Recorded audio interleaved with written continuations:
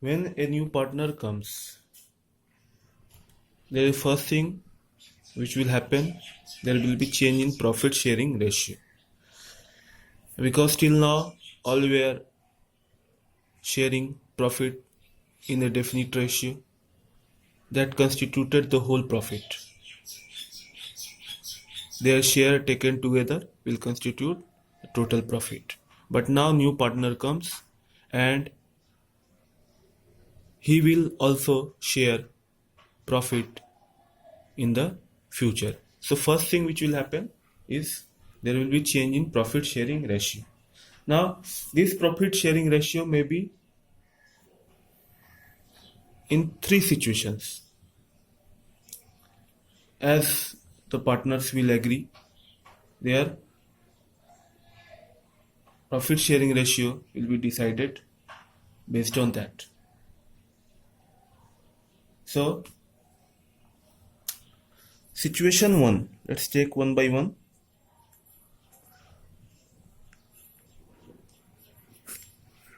When the share of profit of new partner is given and the remaining profit will be shared by old partners in a new ratio. That means suppose A, B, C and D are sharing profits in the ratio of 36, 24, 20 and 20. Now E comes, new partner. E comes, he will have a ratio of 20%, that means 1 by 5.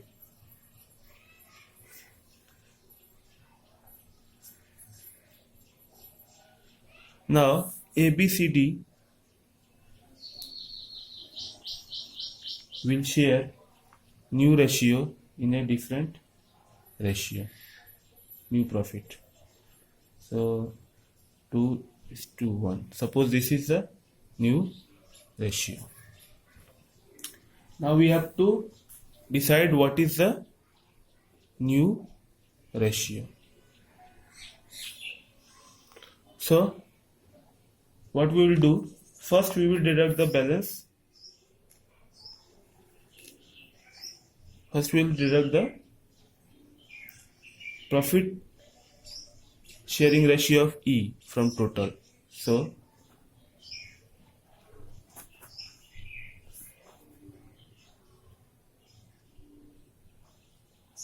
total equals to 1, E's share equals to 1 by 5. So remaining share equals to 1 minus 1 by 5. So here you will get like this. You already know how to take LCM and subtract fraction from a fraction. So remaining share will be this. Now A's share,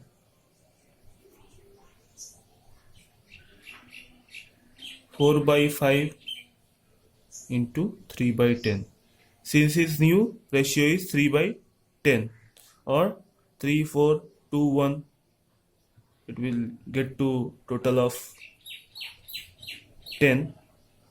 You can write it like this.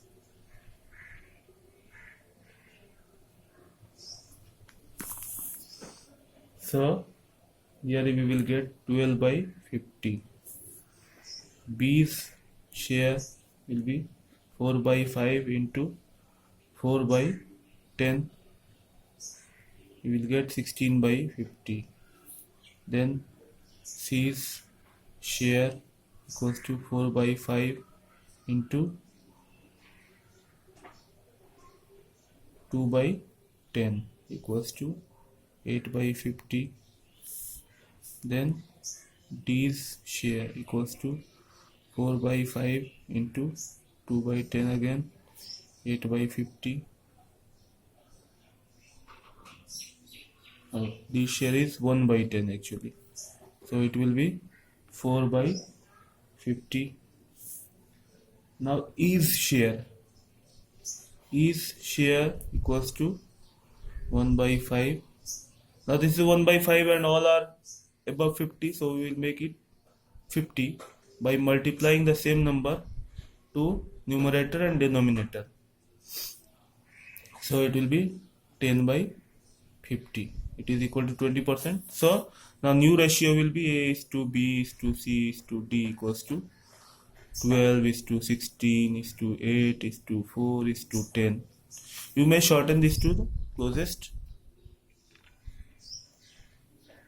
smallest number. So we can divide it by 2. So 6 is to 8 is to 4 is to 2 is to 5.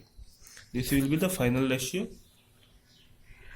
and after getting this ratio we will solve the consecutive part of the sum.